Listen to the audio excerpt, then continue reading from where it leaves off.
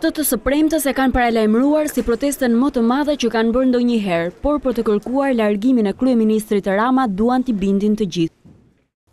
Qytet më qytet, lagje më lagje, fshat më fshat, derë më derë, kokë më kokë me njerëzit, për të thënë tonat, pse jemi kaq shqetësuar, pse kemi dalë me këtë zgjidhje. Sepse Basha tha se kjo e drogës me avion nuk është një betejë politike, por është një çështje kombëtare që duhet të zgjidhur. Ka njerëz që mendojnë se droga sjell para, se droga sjell të ardhurat. Dua t'ju parashtoj këtë pyetje bashkëqytetarëve tanë që kanë dilemën më të vogël, nëse droga sjell mirëqenie. Të përmendni një vend, një shoqëri e cila ka bërë përpara përmes narkotrafikut të drogës në Europë apo jashtë Europës. Nuk ka të tillë. Droga vetëm ka shkatruar. Droga vetëm ka hapur varre. Droga vetëm ka hapur plag.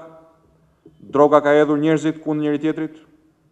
Ka hedhur familjet brenda për brenda kundër njëri tjetrit, ka kthyer prindrit kundër fëmijëve, fëmijët kundër prindërve. Sipas tyre ekonomia po shkon keq, vendimet e gjykatës kushtetuese nuk zbatohen, rendi dhe siguria janë në nivele të ulta. Kulmi u arrit me trafikun e drogës, ndaj apelin e tyre ndaj qytetarëve për të larguar qeverinë Rama e quajnë të duhurin dhe në momentin e duhur. Largimi i Edi Ramës dhe kupolës së tij nga qeveria është prerja e nyjes gordiane, ku lidhen interesat e kartelit drogës.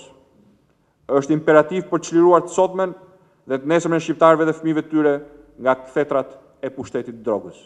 Të dalim të premten në protestën e thirrur nga opozita në Tiranë, të bëhemi me praninë tonë pjesë e një bashkimi të madh dhe të fuqishëm, që do ta detyrojë kartelin e drogës të marrë Arratin dhe Edi Ramën të shkojnë në shtëpi.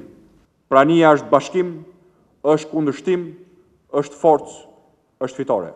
Motoja e këtyre protestave që nisën javën e kaluar është një popull në këmbë kundër drogës, Rama në shtëpi.